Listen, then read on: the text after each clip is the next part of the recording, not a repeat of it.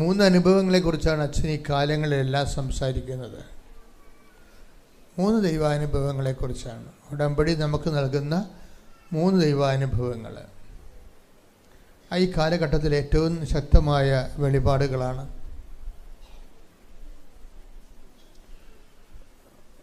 അതിലൊന്നെന്താണ്? അനുഗ്രഹത്തിൻ്റെ കാലം. അത് ഉടമ്പടി എടുക്കണമെന്ന് നിർബന്ധമില്ല. എല്ലാവർക്കും തന്നെ ദൈവം സൗജന്യമായിട്ട് നൽകുന്നതാണ്. മെയിൻ്റനൻസ് ഗ്രേസ് എന്ന് ഞാൻ വിളിക്കും. Maintenance grace. ഇപ്പോൾ നമ്മൾ ചില കെട്ടിടത്തിനൊക്കെ ഗവൺമെൻറ് മെയിൻ്റനൻസ് ഗ്രാൻഡ് നൽകത്തില്ലേ? അതുപോലെ ദൈവം നമുക്ക് നൽകുന്ന മെയിൻ്റനൻസ് ഗ്രേസ് ഉണ്ട്. അതിനെ ബ്ലെസ്സിങ്സ് എന്ന് പറയും, ഫിസിക്കൽ ഫേവേഴ്സ് എന്ന് വേണേൽ വിളിക്കാം. ഭൗതിക ആനുകൂല്യങ്ങൾ അത് എല്ലാവർക്കും കിട്ടും. അത് നിരീശ്വരന്മാർക്കും കിട്ടും. നിരീശ്വരന്മാരും ഈശ്വരവിശ്വാസമില്ലാത്ത അഗ്നോട്ടിസ്റ്റിനും കിട്ടും. അജ്ഞേയവാദികളെ ദൈവം ഉണ്ടോ ഇല്ലയോ എന്നൊന്നും അറിയത്തില്ല, എനിക്കതൊരു അനുഭവമില്ല എന്നൊക്കെ പറയുന്ന ആൾക്കാരില്ലേ, അവർക്കും ആ മെയിൻ്റനൻസ് ഗ്രേസ് കിട്ടും. എന്താ കാര്യം? അത് ജനറ്റിക്കൽ ബ്ലെസ്സിങ്സാണ്. മനുഷ്യനെ ദൈവം സൃഷ്ടിച്ചപ്പോൾ നീ സന്താന പുഷ്ടിയുള്ളവനായി പെരുകി ഭൂമിയെ കീഴടക്കാൻ പറഞ്ഞു. അവൻ്റെ ജീവിതം അവൻ നടന്നെത്തി തീരുന്ന സ്ഥലമല്ല, അവൻ്റെ ഭൂമിയാണ്. അവൻ നടന്നെത്തി, അവൻ 70 വയസ്സ് 80 വയസ്സ് വരെയൊക്കെ ജീവിച്ചിട്ട് ശേഷം അവൻ നടന്നെത്തി തീരുന്ന സ്ഥലം വരെ അവൻ്റെ ഭൂമിയാണ്. ആ ഭൂമിയിൽ അവൻ സർവൈവ് ചെയ്യണം, നിലനിന്ന് പോകണം. ചില സമയത്ത് ചുമ്മാ നിലനിൽപ്പ് നടക്കത്തില്ല. അവനവിടെ അതിജീവനം നടത്തേണ്ടി വരും. സർവൈവ് ചെയ്യണം. സർവൈവ് ചെയ്യണമെങ്കിലുള്ള ദൈവത്തിൻ്റെ ബ്ലെസ്സിങ്സാണ്, പ്രൈമറി ബ്ലെസ്സിങ്സാണ് നീ സന്താനപുഷ്ടിയുടെ പെരുകി ഭൂമിയെ കീഴടക്കുക എന്നുള്ള വാക്ക്. ഇവിടെ പലപ്പോഴും സംഭവിക്കുന്ന വിഷയം, ഈശ്വരവിശ്വാസികളും നിരീശ്വരന്മാരും തമ്മിൽ എന്താണ് വ്യത്യാസമെന്ന് നമുക്ക് പ്രഥമ ദൃഷ്ടിയെ പറയാൻ പറ്റത്തില്ല. എന്താ വെച്ചാൽ അവർക്കും അനുഗ്രഹം കിട്ടുന്നുണ്ട്, നമ്മൾക്കും അനുഗ്രഹം കിട്ടുന്നുണ്ട്. അവർ പ്രാർത്ഥിക്കുന്നില്ല, നമ്മൾ പ്രാർത്ഥിക്കുന്നുണ്ട്. അതാണ് പ്രൈമറി തലത്തിൽ. സെക്കൻഡറി തലത്തിൽ വ്യത്യാസം വരും. സെക്കൻഡറി തലം അനുഗ്രഹത്തിൻ്റെ തലത്തേക്കാൾ ഉപരി അഭിഷേകത്തിൻ്റെ തലമാണ്. ഉടമ്പടിയിൽ എപ്പോഴും നമ്മൾ ശ്രദ്ധിക്കേണ്ടത് ഇൻ്റർപേഴ്സണൽ റിലേഷനിലാണ് ഈ അഭിഷേകത്തിനുള്ള സാധ്യതയുള്ളത്. ഇൻ്റർപേഴ്സണൽ റിലേഷൻ നമ്മൾ ഈശോയുമായിട്ടുള്ള ഒരു വ്യക്തിയുടെ സ്വകാര്യ സ്നേഹബന്ധത്തിൽ നിന്നാണ് പിന്നീട് അഭിഷേകം വരണത്. ഈശോയുമായിട്ടുള്ള നമ്മുടെ സ്വകാര്യ സ്നേഹത്തിൻ്റെ ആക്കവും തൂക്കവും വർദ്ധിക്കുന്നതനുസരിച്ച് നമുക്ക് അഭിഷേകം വന്നുകൊണ്ടിരിക്കും. ഈ ലെവലെ കുറച്ച് മതേതരവും അതിൽ കൂടുതൽ ദൈവനിവേശിതവുമാണ്. കേവലമായ സ്നേഹം കൊണ്ട് ചില ആൾക്കാർക്ക് ഭാരങ്ങളില്ലാതാകണം നമ്മൾ കണ്ടിട്ടുണ്ട്. ഈ സ്നേഹം ചില ആൾക്കാർ ഡെവലപ്പ് ചെയ്ത് വരുമ്പോൾ ചില ഭാരങ്ങളില്ലാണ്ട് വരും. പക്ഷെ ഒരു പ്രോബ്ലം ഉള്ളതെന്ന് വെച്ചാൽ രക്തബന്ധത്തിലാണിത് വർക്കൗട്ട് ചെയ്യണത് മതേതരങ്ങൾക്ക്. അതാണ് വിഷയം. അമ്മയ്ക്ക് കുഞ്ഞിനുള്ളത് രക്തബന്ധമല്ലേ. ഇപ്പോൾ കുഞ്ഞ് പനിയായിട്ട് കിടന്ന അമ്മ ഭക്ഷണം കഴിക്കത്തില്ല, അത് സന്തോഷമായിട്ടല്ലേ അമ്മ എടുക്കണത്. ഞാൻ കുളിച്ചിട്ട് 3 ദിവസം എന്നൊക്കെ അമ്മ ഹോസ്പിറ്റലിൽ ചെല്ലുമ്പോൾ നമ്മൾ പറയും, ഞാൻ കൊച്ചിനെ കാണാനൊക്കെ ആശുപത്രിയിൽ ചെല്ലുമ്പോൾ അമ്മ പറയും, എൻ്റെ അച്ഛൻ ഞാൻ കുളിച്ചിട്ട് 3 ദിവസമായി. പക്ഷേ അതൊരു അഭിനയവേശത്തോടെ അവർ പറയണത്. എന്താ കാര്യം?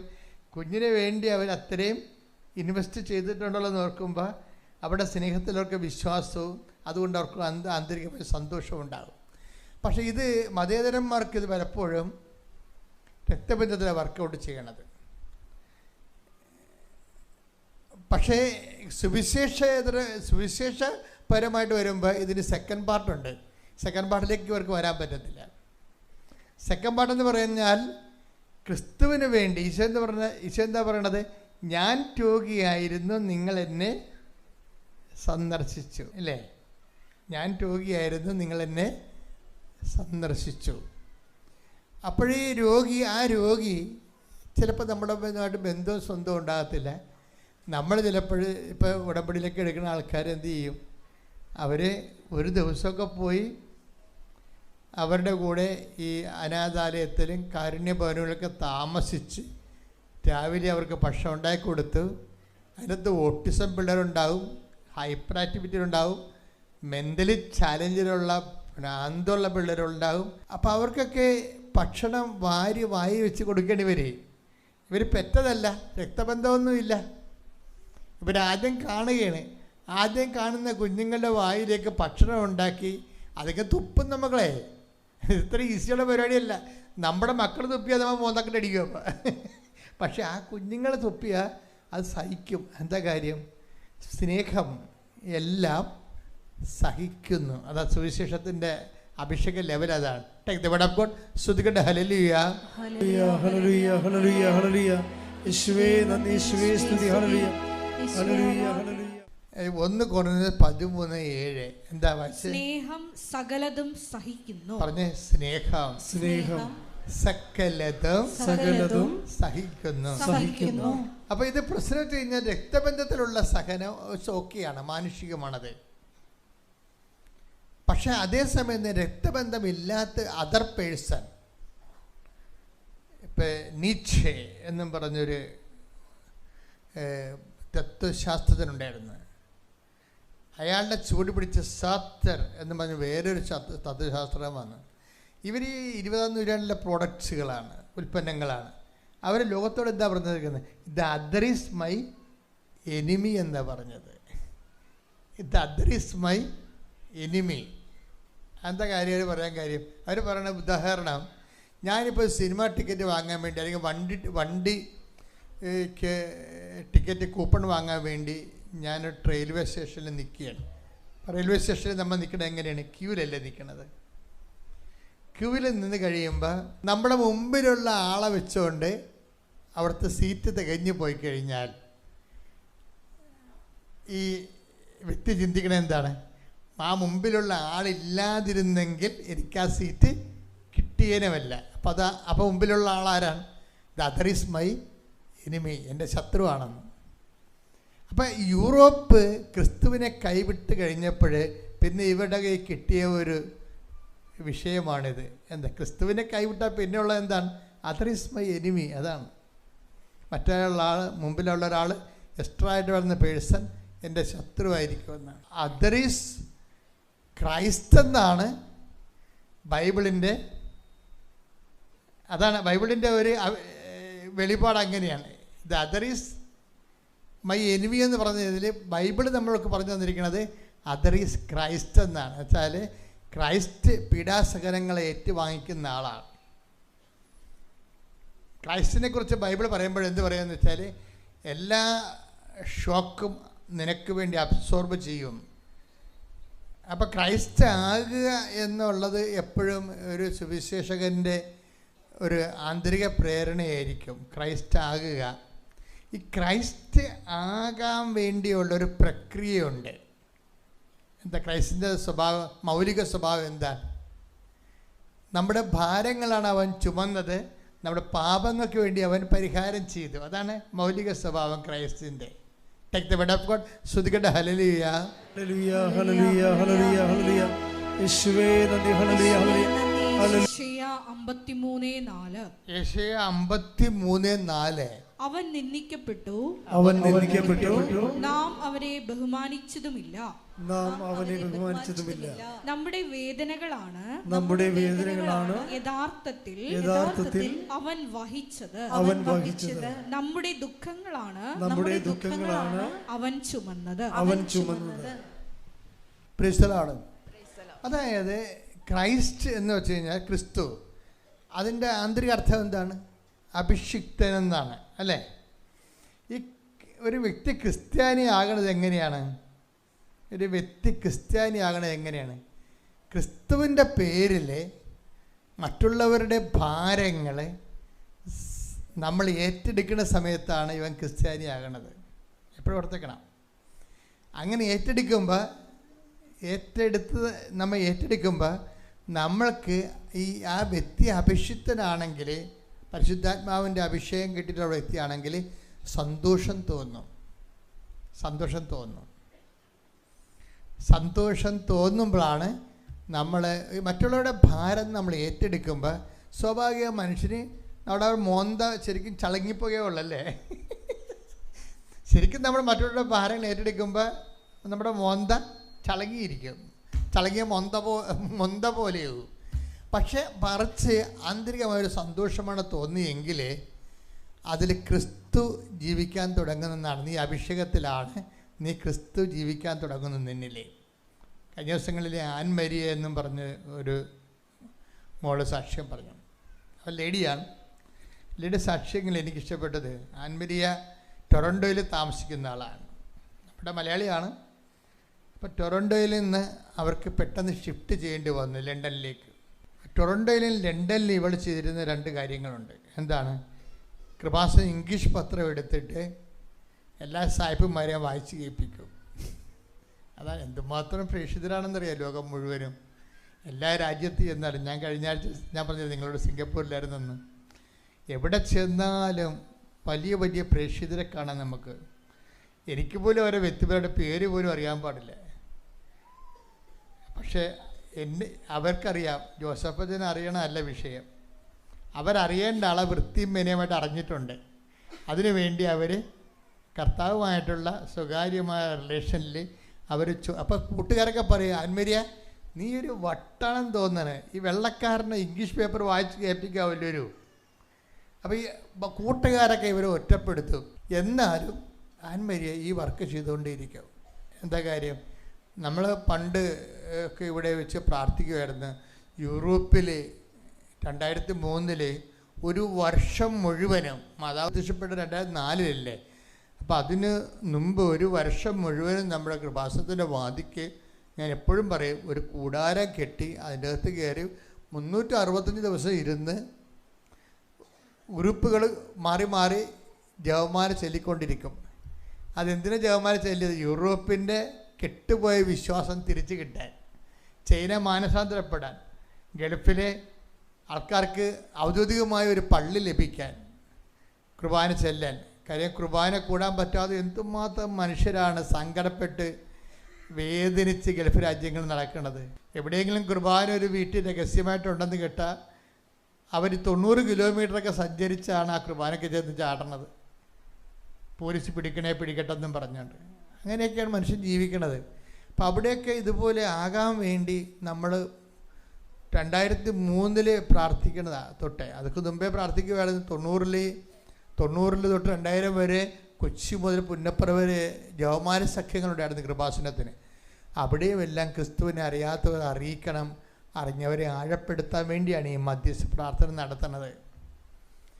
അങ്ങനെ ആഴപ്പെടുത്താൻ വേണ്ടിയാണ് ഇപ്പോൾ കർത്താവ് അന്ന് നടത്തിയ മധ്യസ്ഥ പ്രാർത്ഥനയ്ക്കാണ് ഉത്തരം കിട്ടിയത്. ഒന്ന്, മാതാവ് നേരിട്ട് വന്ന് നമ്മളെ സന്ദർശിച്ചു. രണ്ടാമത്, സന്ദർശനം കഴിഞ്ഞ് പോയപ്പോഴേ പ്രാർത്ഥനയ്ക്ക് ഉത്തരമായിട്ട് ഉടമ്പടി പ്രാർത്ഥന തന്നു. കൈയടിച്ച് ശ്രദ്ധിക്കട്ടെ.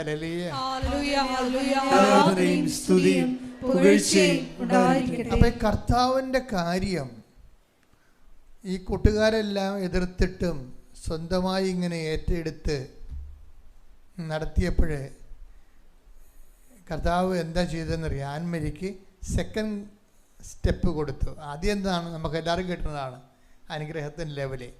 രണ്ടാമത്തത് എന്താണ്? അഭിഷേകം. അതെപ്പോഴും നമ്മൾ ശ്രദ്ധിക്കണം. നമ്മുടെ വളർച്ച പരിശോധിക്കാൻ എപ്പോഴും നല്ല, ക്രിസ്തീയമായി നീ വളർന്നോ എന്നറിയാനുള്ള ഏറ്റവും വലിയ മാർഗം നീ അനുഗ്രഹത്തിൻ്റെ ലെവലിൽ നിന്ന് ലെവൽ ചേഞ്ചായോ എന്ന് നോക്കണം. ലെവൽ ചേഞ്ചായെന്ന് പറയാൻ കാരണം, ഇപ്പോൾ ടൊറൻറ്റോയിൽ താമസിക്കുമ്പോൾ ഈ അമേരിക്കൻ ജോസഫ്, അവർക്ക് 3 വയസ്സുള്ളൊരു കുഞ്ഞും പിന്നെ മറ്റേണിറ്റി ലീവിൽ 1 വയസ്സ് കട്ടിയുള്ളൊരു കൊച്ചും ഉണ്ടായിരുന്നു. അപ്പം ഈ 2 കുഞ്ഞുങ്ങളുടെ ഇടയ്ക്ക് വെച്ച് ഇവരുടെ ജോലി മിസ്സായി. അതാണ് വിഷയം. 2 കുഞ്ഞുങ്ങളെ കിട്ടിയപ്പോഴേ അതിൻ്റെ ഒരു ഭാഗമായിട്ട് ഇവർക്ക് ജോലി നഷ്ടപ്പെട്ടു പോയി. ആൻമരിയ പറയണേ, ഞങ്ങൾ ലണ്ടനിലേക്ക് ഷിഫ്റ്റ് ചെയ്യാൻ വിചാരിച്ചു. ലണ്ടനിലേക്ക് പോകുമ്പോൾ ഞങ്ങൾക്ക് 2 പേർക്കും ജോലിയില്ല. ഞങ്ങൾക്ക് രണ്ടുപേർക്കും ജോലിയില്ല. എന്നിട്ട് ആൻമേരി പറയണ ഒരു വാക്കുണ്ട്, അവൾ തന്നെ അറിഞ്ഞുകൊണ്ട് പറയണമെന്ന് നമുക്കറിയത്തില്ല, എനിക്കൊരു ഭയവും തോന്നിയില്ലെന്ന്. Praise the Lord. ഹല്ലേലൂയ. സ്തുതിക്കട്ടെ. ഹല്ലേലൂയ. ഇല്ലാത്ത പുതിയൊരു സ്ഥലത്തേക്ക് ഷിഫ്റ്റ് ചെയ്യേണ്ടി വരുന്നു. ഇങ്ങനെ ഷിഫ്റ്റ് ചെയ്യേണ്ടി വരുമ്പോൾ ഉത്കണ്ഠ, ഭയം, സങ്കടം, നിരാശ, കുറേ ലോക അരൂപികൾ ഉണ്ടാകേണ്ടതാണ്.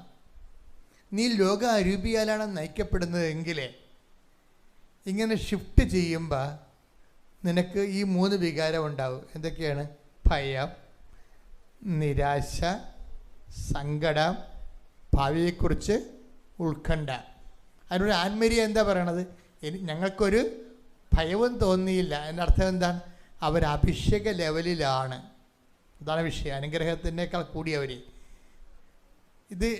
ഇത് എപ്പോഴും വരണ ഒരു വിഷയം. ഈ അഭിഷേക ലെവലിലാകണമെങ്കിൽ നമ്മളെ ഏറ്റവും സഹായിക്കുന്ന കണ്ടന്റ് എന്താണെന്നറിയാവോ? പ്രേക്ഷിത പ്രവർത്തനമാണ്. അതെപ്പോഴും ഓർത്തേക്കണം. അതായത് നമ്മളീ പത്രമൊക്കെ കൊടുക്കത്തില്ലേ, വിശ്വാസ കൈമാറ്റം, അത് ചെയ്യുമ്പോൾ നമ്മൾ ശ്രദ്ധിക്കേണ്ട ഒരു കാര്യമുണ്ട്. വിശ്വാസ കൈമാറ്റം കഴിയുമ്പോൾ വളരെ, ഇപ്പം നമ്മൾ ഒരു കഷ്ണം കപ്പ ഒരുത്തന് കൊടുത്ത്, ഒരു പൊന്നെടുത്ത് ഒരു പവൻ പൊന്ന് കൊടുത്ത്, രണ്ടും ഒരേ മോന്തയോടെയാണ് കൊടുക്കണത്. ഒരു കഷ്ണം പുഴുങ്ങിയ കപ്പ എടുത്തൊരുത്തന് കൊടുത്ത് ഒരു അത്രയും തന്നെ സ്വർണം എടുത്ത് ഒരാളിന് കൊടുക്കുന്നത്, രണ്ടും ഒരേ മോന്തയോടെയാണ്. അപ്പോൾ നമ്മളറിയാം അപ്പോൾ നമ്മൾ അതിന് കുറച്ചുകൂടി ഗൗരവം കൊടുക്കും. എന്താണ്? സ്വർണമാണെങ്കിൽ സൂക്ഷിക്കണമെന്നൊക്കെ പറഞ്ഞിട്ടാണ് കൊടുക്കുന്നത്, അല്ലേ? കപ്പ കൊടുക്കുകയാണെങ്കിൽ നീ സൂക്ഷിച്ചാലും എനിക്ക് പ്രശ്നമൊന്നുമില്ല, നിൻ്റെ കാര്യമാണ്, നിനക്ക് തിന്നാലും, നിനക്ക് തിന്നില്ലെങ്കിൽ താഴെപ്പോട്ടെ. പക്ഷെ സ്വർണം കൊടുക്കുമ്പോൾ സൂക്ഷിക്കണം കേട്ടാ, ഇത് കുറേ കഷ്ടപ്പെട്ടുണ്ടാക്കിയതാണ് എന്നൊക്കെ പറയും. നമ്മൾ കുറേ ഡയലോഗൊക്കെ പറയും, അല്ലേ? ചിത്തവട്ടങ്ങളൊക്കെ പറഞ്ഞിട്ടേ കൊടുക്കത്തുള്ളൂ. നമ്മൾ മകക്കായാലും കൊടുക്കണം, അങ്ങനെയുള്ളൂ. അപ്പോൾ കൊടുക്കുമ്പോൾ പ്രേക്ഷിത പ്രവർത്തനം എന്ന് പറഞ്ഞാൽ വിശ്വാസ കൈമാറ്റമാണ്.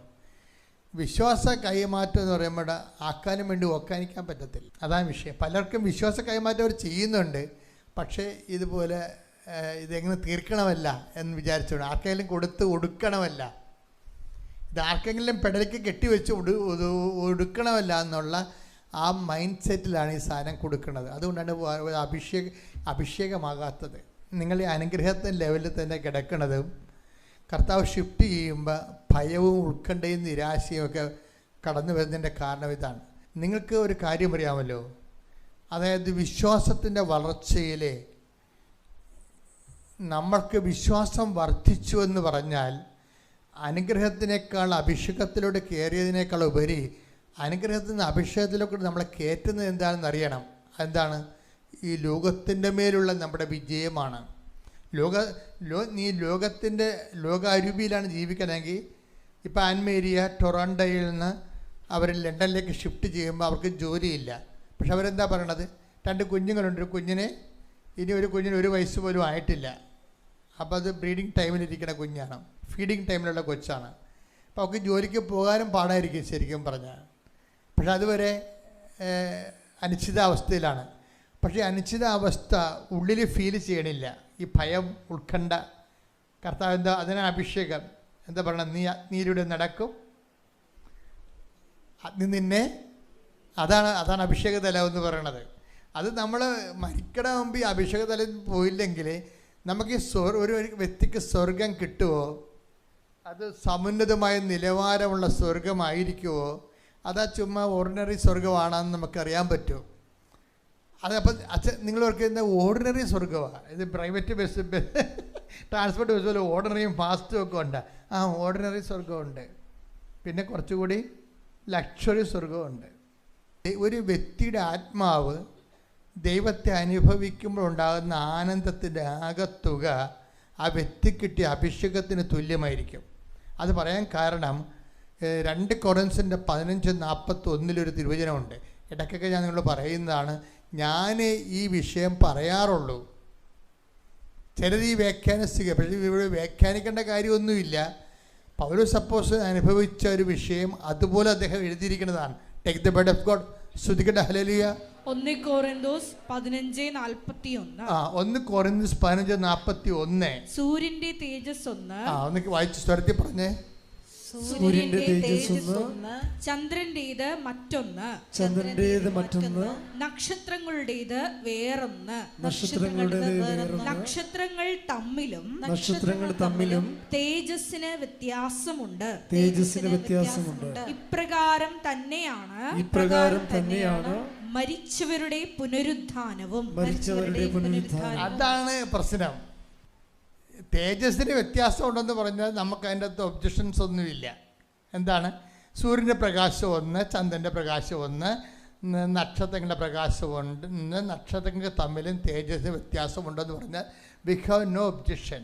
അത് പ്രപഞ്ചത്തിൽ കാണുന്നതാണ്. പക്ഷേ ഷിഫ്റ്റ് എവിടെയാണ്? പൗലോസ് ചെയ്തിരിക്കുകയാണെങ്കിൽ ഇപ്രകാരം തന്നെയാണ് പറഞ്ഞ്, പ്രകാരം തന്നെയാണ് മരിച്ചവരുടെ പുനരുദ്ധാനവും.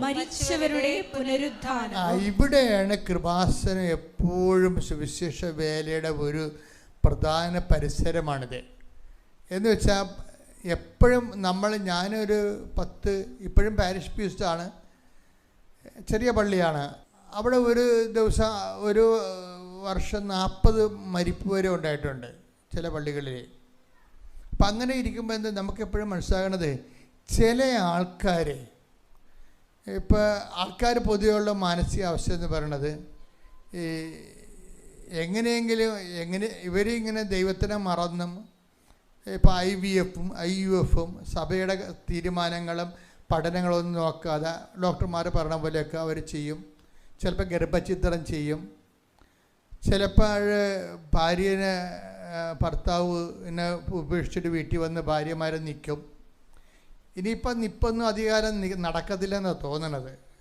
കോടതി വിധി വരുന്നുണ്ട്, ഭാര്യയെ ഭർത്താവിന് ചെലവിന് കൊടുക്കണമെന്ന്. പണി പാളി അവറാച്ച. ഇപ്പോൾ 1 പെറ്റ് 2 പിള്ളേരിങ്ങനെ കാണിച്ചിട്ടേ ഭർത്താവിന് ഇട്ടച്ഛൻ വീട്ടിൽ പോയി അമ്മയുടെ കൂടെ നിന്നിട്ട് അമ്മയെ കൊണ്ട് വേലയിട്ട് പിടിച്ച് തിരണ പരിപാടിയില്ലേ, അതിന് നടക്കത്തില്ല. ഇപ്പം പുതിയ നിയമം വരാൻ പോകുന്നുണ്ട്. എന്താണ്? അങ്ങനെ ഭർത്താവിന് കൺസെൻ്റ് ഇല്ലാതെയാണ് ചാടിപ്പോകണമെന്നുണ്ടെങ്കിൽ ആ ഭാര്യ ഭർത്താവിന് ചെലവിന് കൊടുക്കണമെന്ന് പുരുഷ കമ്മീഷൻ വരാൻ പോവുകയാണ്. പക്ഷേ നിയമങ്ങൾ അതിൻ്റെ ഫസ്റ്റ് കോടതി വിധി കണ്ണൂരാണ് തുടങ്ങിയിരിക്കുന്നത് കേട്ടോ, കുടുംബ കോടതി. അതിങ്ങനെ കയറി വരും. അപ്പം അതിൽ കുറേ പേര് ഞാൻ ഇത്രയും രൂക്ഷമായിട്ട് സംസാരിക്കുന്നത്, ഞാൻ ഈ അൾത്താരെ നിൽക്കുകയല്ലേ. അപ്പോൾ ഈ വിവാഹമോചനക്കാരൊക്കെ വരുമ്പോൾ പരിശുദ്ധാത്മാ പറയും, ഇത് ഫ്രോഡാണ്, ഫ്രോഡാണ്, ഇവളാണ് ഇതിൻ്റെ അകത്ത് കുറ്റക്കാരി എന്ന് പറയും. അപ്പം അങ്ങനെ എന്നോടൊരു 100 പ്രാവശ്യം പരിശുദ്ധാത്മാ പറഞ്ഞപ്പോൾ ആണുങ്ങളെക്കാൾ കൂടുതൽ പെണ്ണുങ്ങളാണ് കുറ്റക്കാരികൾ. സ്ത്രീകളെന്നെ കൈകാര്യം ചെയ്യാനൊന്നും പറയണ്ട, ഞാൻ ഉള്ള കാര്യം സത്യമാണ് പറയണത്. അതെന്താ പ്രശ്നം എന്ന് വെച്ച് കഴിഞ്ഞാൽ, ഇവരുടെ തലേ കൈ വെക്കുമ്പോൾ ഞാനിപ്പോൾ ഒരു 10 എത്രയോ ലക്ഷം ആൾക്കാരുടെ തലേ കൈ വെച്ചിട്ടുണ്ട്. അപ്പോൾ ഈ വിവാഹമോചിതർ വരുമ്പോൾ ഒരു 10 സ്ത്രീകൾ വിവാഹമോചനമാണ്, ചിലർ ഒന്നിച്ച് ജീവിക്കണമെന്നൊക്കെ പറയും, ചിലരൊന്നിച്ച് ജീവിക്കണമെന്നൊക്കെ പറയും. അപ്പം ഞാൻ ചോദിക്കും, മക്കൾ 2 അവൻ്റെ കയ്യിലാണല്ലേ? അത് പറയും. അതാണിപ്പോൾ ഒന്നിച്ച് ജീവിക്കണമെന്ന് പറയണത്. ഈ നാടകത്തിൽ മക്കൾ അവൻ്റെ കയ്യിലായിപ്പോയി. ചിലരങ്ങനെ, എല്ലാവരും ഞാൻ കുറ്റപ്പെടുത്തുന്നില്ല. അപ്പം ചിലരുടെ വിശ്വാസം എന്ന് പറയുമ്പോൾ, വിഷയം എന്ന് പറയുമ്പോൾ, എൻ്റെ ദൈവത്തിലെ ക്രിസ്തുവിനെ മുൻനിർത്തിക്കൊണ്ട് ഒരു വിവാഹം കഴിച്ചാലുണ്ടല്ലോ, അത് ഈ അനുഗ്രഹത്തിൽ നിന്നൊരു മനുഷ്യനെ അഭിഷേകത്തിലേക്ക് കൊണ്ടുപോകുന്നതിന് ഏറ്റവും എളുപ്പമുള്ള മാർഗ്ഗമാണ് വിവാഹം എന്ന് പറയുന്നത്. ഒരു വൈദികനാകണൊക്കെ എളുപ്പമാണ്. ഒരു ആത്മാവിനെ അനുഗ്രഹത്തെ ലെവലിൽ നിന്ന് അഭിഷേകത്തിലേക്ക് കൊണ്ടുപോകണമെങ്കിൽ എന്ത് ചെയ്യണമെന്ന് ചോദിച്ചാൽ ഞാൻ പറയും, വിവാഹം കഴിച്ചാൽ മതി എന്ന് പറയും. എന്താ കാര്യം? വിവാഹത്തിൽ അഭിഷേകത്തിന് കുറേ സാധ്യതയുണ്ട്. ഇപ്പം നിൻ്റെ അമ്മ സർപ്പമാണെന്ന് വിചാരിച്ചോ, നീ മുയലാണെന്ന് വിചാരിച്ചോ, അല്ലെങ്കിൽ അമ്മായിയമ്മ മുയലും നീ സർപ്പമാണെന്ന് വിചാരിച്ചു. മനുഷ്യന്മാർ പല സ്വഭാവമാണല്ല, ഒരു സ്വഭാവമുള്ളവരുണ്ടാവുക. കർത്താവിൻ്റെ പുസ്തകത്തിൽ എതിര് സ്വഭാവമുള്ളവരുടെയാണ് പറയണത്. ചെന്നായി ആട്ടിൻകുട്ടിയുടെ കൂടെ കിടന്ന് ഉറങ്ങും. കണ്ട എടുത്തേ. അപ്പോൾ ചെന്നായി എങ്ങനെ ആട്ടിൻകുട്ടിയുടെ കൂടെ കിടന്ന് ഉറങ്ങണത്? നടക്കേണ്ട കാര്യമാണ്. പക്ഷേ വിശ്വാസ ജീവിതത്തിൽ അതിന് സാധ്യതയുണ്ട്. ഐസയ 11:6 എടുത്ത് ശ്രുതിക്കട്ടെ. ഹല്ലേലൂയ, ഹല്ലേലൂയ, ഹല്ലേലൂയ, ഹല്ലേലൂയ. യേശുവേ നന്ദി. ഹല്ലേലൂയ ഹല്ലേലൂയ. യേശുവേ ആരാധന. ചെന്നായും ആട്ടിൻകുട്ടിയും ഒന്നിച്ചു വസിക്കും. കണ്ട, ഇതിനാണ് അഭിഷേകം എന്ന് പറയണത്. ചിലപ്പോൾ നിന്റെ അമ്മായിയമ്മ ചെന്നായായിരിക്കും, നീ ആട്ടിൻകുട്ടിയായിരിക്കും. ചിലപ്പോൾ അമ്മായിയമ്മ ആട്ടിൻകുട്ടിയായിരിക്കും, നീ ചെന്നയായിരിക്കും. ഈ രണ്ട് കക്ഷികളും ഒരുമിച്ച് ഒരിക്കലും വാഴത്തില്ല. പക്ഷെ ബൈബിൾ പറയും വാഴും. എന്തടിസ്ഥാനത്തിലാണ്? അഭിഷേകപ്രകാരം. ശ്രദ്ധിക്കട്ടെ. ഹല്ലേലൂയ.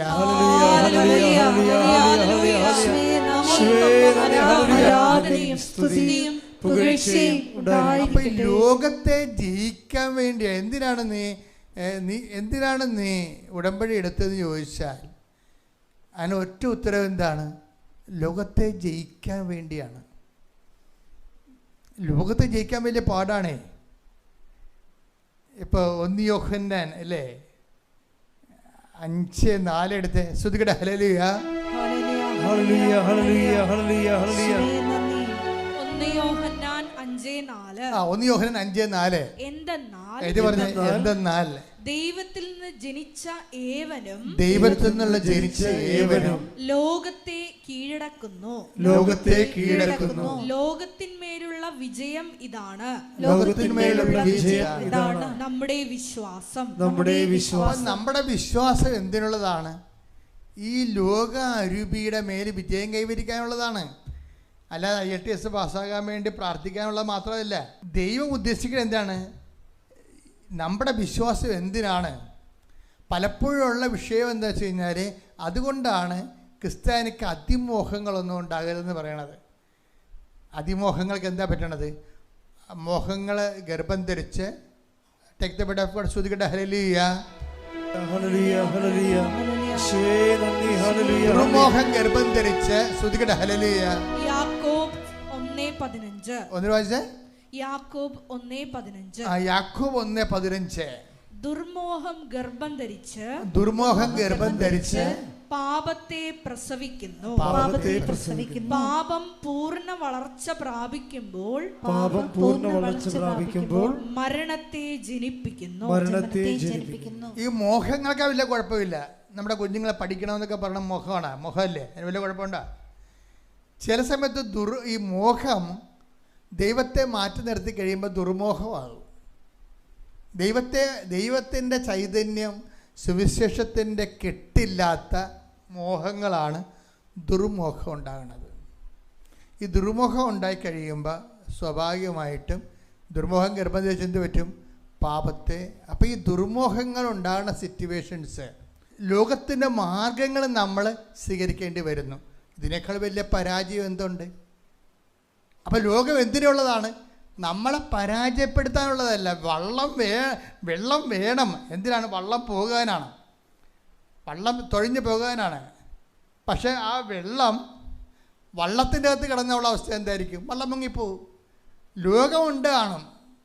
ആർക്കും മാന്യമായ രീതിയിൽ അവരുടെ ദൗത്യങ്ങളും വിളികളും അനുസരിച്ചുകൊണ്ട് ഉന്നത പദങ്ങളിലേക്ക് കയറിപ്പോകാവുന്നതാണ്. പക്ഷെ അങ്ങനെ കയറിപ്പോകാൻ വേണ്ടി ദൈവത്തെ നിരക്കാത്ത വാക്കുകൾ ഉപയോഗിക്കുമ്പോൾ എന്താ പറയുക? ലോകത്താൽ അവർ തോൽപ്പിക്കപ്പെടും. അതാണ് ലോകത്താൽ തോൽപ്പിക്കപ്പെടും. ഇത് വല്ലാത്ത ഒരു പ്രലോഭനമാണ് ശരിക്കും. ലോകത്താൽ തോൽപ്പിക്കപ്പെടും. കട്ടേക്ക് ഇവിടെ ശ്രുതിക്കട്ടെ. ഹല്ലേലൂയ. ഹെബ്രായർ 10:38-39 തിരുവചനങ്ങൾ. ഹെബ്രായർ 10:38-39 തിരുവചനങ്ങൾ. എന്റെ നീതിമാൻ വിശ്വാസമൂലം ജീവിക്കും. അവൻ പിന്മാറുന്നെങ്കിൽ എന്റെ ആത്മാവ് അവനിൽ പ്രസാദിക്കുകയില്ല. പിന്മാറി നശിപ്പിക്കപ്പെടുന്നവരുടെ കൂട്ടത്തിലല്ല, വിശ്വസിച്ച് ആത്മരക്ഷ പ്രാപിക്കുന്നവരുടെ കൂട്ടത്തിലാണ് നാം. വിശ്വസിച്ച് ആത്മരക്ഷ പ്രാപിക്കുന്നവരുടെ കൂട്ടത്തിലാണ് നാം. അപ്പം വിശ്വാസവും ആത്മരക്ഷയുമായിട്ടാണ് ബന്ധപ്പെട്ടിരിക്കുന്നത്. വിശ്വാസത്തിന് എൻ്റെ അടിസ്ഥാന ഉദ്ദേശം, ലക്ഷ്യമെന്ന് പറയുന്നത് എന്താണ്? ഇതാണ് നമ്മുടെ ലോകത്തിൻ്റെ മേലുള്ള നമ്മുടെ വിജയം. ഇതാണ് നമ്മുടെ വിശ്വാസമെന്ന്. ഇപ്പം ലോകത്തിന് പ്രതീകമായിട്ടാണ് ബൈബിള് സർപ്പങ്ങളെ അവതരിപ്പിക്കുന്നത്. ബൈബിൾ ആദ്യം മുതൽ അവസാനം വരെ ഉപയോഗിക്കുന്ന പ്രതീകമാണ് സർപ്പം. അപ്പം നിങ്ങൾ ഓർക്കരുത് ഇങ്ങനെ ഇഴഞ്ഞു നടക്കുന്ന സർപ്പം വല്ലതുമാണെന്ന്. ഈ ലോക അരൂപിയെ മുഴുവനും പ്രതീകവൽക്കരിക്കപ്പെടുന്നതിന് വേണ്ടി ബൈബിള് പൈശാചിക അരൂപിയെയും ലോക അരൂപിയെയും അസത്യം, അനീതി, സ്വന്തം കാര്യം നേടുന്നതിന് വേണ്ടി എല്ലാ മൂല്യങ്ങളും ചവിട്ടിത്തേക്കുക, ഇങ്ങനെയുള്ള ഓരോ കാര്യങ്ങളും, ഇങ്ങനെ എല്ലാത്തിനെയും കൂടി ബൈബിൾ പറയുന്ന വാക്കാണ് ലോകം. ലോകത്തിന് ബൈബിൾ പ്രതികരിക്കുന്ന ഒരു പ്രതീകമാണ് സർപ്പം. സർപ്പം ഇങ്ങനെ ശരിക്കും പറഞ്ഞാൽ ഉൽപ്പത്തി പുസ്തകം മുതൽ വെളിപാട് വരെ എല്ലായിടത്തും ഇഴഞ്ഞു കയറി നടക്കുന്ന ഒരു സാധനമാണ് സർപ്പം. ഈ സർപ്പത്തെ എന്ത് ചെയ്യണമെന്ന് ഈശോ പറഞ്ഞിട്ടുണ്ട്. എന്താ കാര്യം? സർപ്പത്തെ അഭിഷേകം കൊണ്ടാണ് നീ കൈകാര്യം ചെയ്യേണ്ടത്. മനസ്സിലായ? അതാണ് നിങ്ങൾ സർപ്പങ്ങളെ കയ്യിലെടുക്കും. 16-18 വായിച്ചേ, മർക്കോസിന്റെ സുവിശേഷം. ശ്രദ്ധിക്കട്ടെ. ഹല്ലേലൂയ, ഹല്ലേലൂയ, ഹല്ലേലൂയ, ഹല്ലേലൂയ. യേശുവേ നന്ദി. ഹല്ലേലൂയ. മർക്കോസ് 16:18. മർക്കോസ് 16:18. അവർ സർപ്പങ്ങളെ കയ്യിലെടുക്കും. ആരാണ് എടുക്കാൻ പോണത്? 16-17 വായിച്ചേ. വിശ്വസിക്കുന്നവരോട് കൂടെ. അതാണ് വിശ്വാസമാണ് വിഷയം. വിശ്വസിക്കുന്നവർ ഏറ്റു പറഞ്ഞേ. വിശ്വസിക്കുന്നവരോട് കൂടെ ഈ അടയാളങ്ങൾ ഉണ്ടായിരിക്കും. ഈ അടയാളങ്ങൾ ഉണ്ടായിരിക്കും. അവർ എന്റെ നാമത്തിൽ പിശാചുക്കളെ ബഹിഷ്കരിക്കും.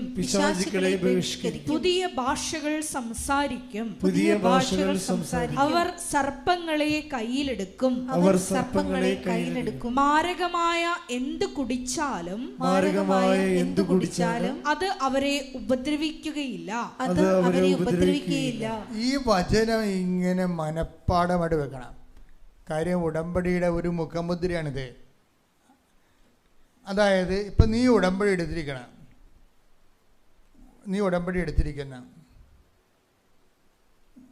കഴിഞ്ഞ ദിവസങ്ങൾ ഫാത്തിമ എന്ന് പറയുന്ന മുസ്ലിം ലേഡി, മകളാണത്, മകളും അമ്മയും കൂടി സാക്ഷ്യം പറഞ്ഞു. 14 വർഷമായിട്ട് അവരുടെ വീട്ടിൽ അതിലേക്ക് ഒരു മരങ്ങൾ വളർന്ന് നിൽക്കുന്നു. അതിനെ വെട്ടാൻ 20,000 രൂപ ചോദിക്കുന്നതുകൊണ്ട് ഇവിടെ കാശില്ല കൊടുക്കാൻ. അപ്പോൾ അങ്ങനെ ഒരു വിഷമസന്ധിയിലാണ് ഇവർ വന്ന് ഉടമ്പടി എടുക്കുന്നത്. ഉടമ്പടി എടുക്കുമ്പോൾ ഇവർ ഫാത്തിമ സംസാരിക്കുന്ന മാതാവ് അത് സെക്കൻഡുകൾക്കുള്ളിൽ നിസ്സാര പൈസയ്ക്ക് വെട്ടിമാറ്റും. അതാണ് രസം. 14 വർഷം നടക്കാത്ത കാര്യമാണ് ഉടമ്പടി എടുക്കുമ്പോൾ ഉടനെ നടക്കുന്നത്. അതാണ് ഇതിന് ഭയങ്കര സമയം. അവർ പിന്നെ വളരെ ആത്മാർത്ഥമായിട്ട് ഉടമ്പടി ചെയ്തിരിക്കുന്നത്. പക്ഷേ അതല്ല, ഇവർ ഈ ഫാത്തിമ ഒരു മോളാണ് ശരിക്കും. അവളൊരു +2 അതിന് മുകളിലുള്ള നേഴ്സാണ് അവൾ. അപ്പോൾ ഈ നേഴ്സിൻ്റെ ഒരു പ്രായമാണ് ഉള്ളത്. പക്ഷേ ഇവർ ഈ മരം വെട്ടാത്തതിൻ്റെ പേരിൽ അയൽവാസികൾ ഭയങ്കരമായ രീതിയിൽ ഇവരെ പ്രഷർ ചെയ്യുന്നുണ്ട്. പക്ഷെ ഫാത്തിമയുടെ ഉടമ്പടി എടുത്തതിന് ശേഷം ഈ ഇവരെ വർഷങ്ങളുടെ പ്രഷർ ചെയ്യുന്ന അയൽവാസികളോട് ഇവക്കൊരു പരിഭവമോ പരാതിയോ ഉള്ളതായിട്ട് നമുക്ക് തോന്നത്തില്ല. അതാണ് വിഷയം. ഉടമ്പടി മരം വെട്ടിയതല്ല അവിടുത്തെ വിഷയം. അവിടുത്തെ വിഷയം ഇവർ ലോകത്തെ ജയിച്ചിരിക്കുന്നു എന്നുള്ളതാണ്. 1 യോഹന്നാൻ്റെ 5:4 എന്താ എഴുതിയിരിക്കണത്? ഇതാണ് നമ്മുടെ വിശ്വാസം. എന്താണ്? ലോകത്തിന്മേലുള്ള നമ്മുടെ വിജയം. അതാണ് നമ്മുടെ വിശ്വാസമെന്ന്. ഇപ്പം ലോകത്ത് നമ്മളെ ദ്വേഷിക്കുന്നവരോടും എതിർക്കുന്നവരോടും നമുക്ക് എതിർപ്പും വാശിയും വൈരാഗ്യവും ഒക്കെ ഉണ്ടാകും. പക്ഷെ ഉടമ്പടി എടുക്കുമ്പോൾ നീയും ദൈവവും തമ്മിലുള്ള ഉടമ്പടിയാണ്. ഏറ്റവും കൂടുതൽ നോൺ ക്രിസ്ത്യൻസ് ശരിക്കും പറഞ്ഞാൽ ഉടമ്പടിയുടെ ചൈതന്യം ഉൾക്കൊണ്ട് ജീവിക്കുന്ന ആൾ നോൺ ക്രിസ്ത്യൻസ്. അത് നമുക്ക് സാക്ഷ്യം കേൾക്കുമ്പോൾ അറിയാം. അവരെന്ത് ഭയഭക്തിയോടു കൂടിയാണ് ദൈവവുമായിട്ടൊരു ഉടമ്പടിയിലാണെന്നുള്ള ബോധത്തിൽ ജീവിക്കണത്. ഞാനിവരാരും കണ്ടിട്ടുമില്ല, കാണാറുമില്ല, സംസാരിക്കാറുമില്ല. പക്ഷെ അവർ സാക്ഷ്യം പറയുമ്പോഴാണ് ഞാനിവർ ശ്രദ്ധിക്കണത്. അവർ സാക്ഷ്യം പറയുമ്പോൾ ഞാൻ ശ്രദ്ധിക്കും. അവരുടെ അനുഭവ തലങ്ങളുടെ ലെവൽ നോക്കുമ്പോൾ ഇന്നലെ ഒരു റസാക്ക് സാക്ഷ്യം പറഞ്ഞു പയ്യന്നൂരിൽ. റസാക്ക് എന്താ? റസാക്ക് കൊടുത്തിരിക്കുന്നത് ചെറുപ്പക്കാരനാണ്, കുടുംബസ്ഥനാണ്, ഭാര്യ ഉണ്ടായിരുന്നു. റസാക്ക് കൊടുത്തിരിക്കുന്നത് 2000 പത്രങ്ങളാണ് കൊടുത്തിരിക്കുന്നത്. കൊണ്ട് നടന്ന് കൊടുത്തതും അദ്ദേഹത്തിൻ്റെ കട വഴി അദ്ദേഹം വിതരണം ചെയ്തത്. അപ്പോൾ അദ്ദേഹം പറഞ്ഞത് എന്താണെന്നറിയാമോ? ഇവിടെ ഇന്നലെ നടന്ന സാക്ഷ്യമാണ്. അദ്ദേഹം പറയണത്, ഈ പത്രം ഞാൻ ക്രിസ്ത്യാനികൾക്ക് കൊടുക്കുമ്പോൾ നമുക്കറിയാൻ പറ്റുമെന്ന്. എന്താ കാര്യം? ക്രിസ്ത്യാനികളാണ് ചിലരിതിനെ എതിർക്കണത്, മറ്റുള്ളവരെല്ലാം വാങ്ങിച്ചുകൊണ്ട് പോകുന്നു.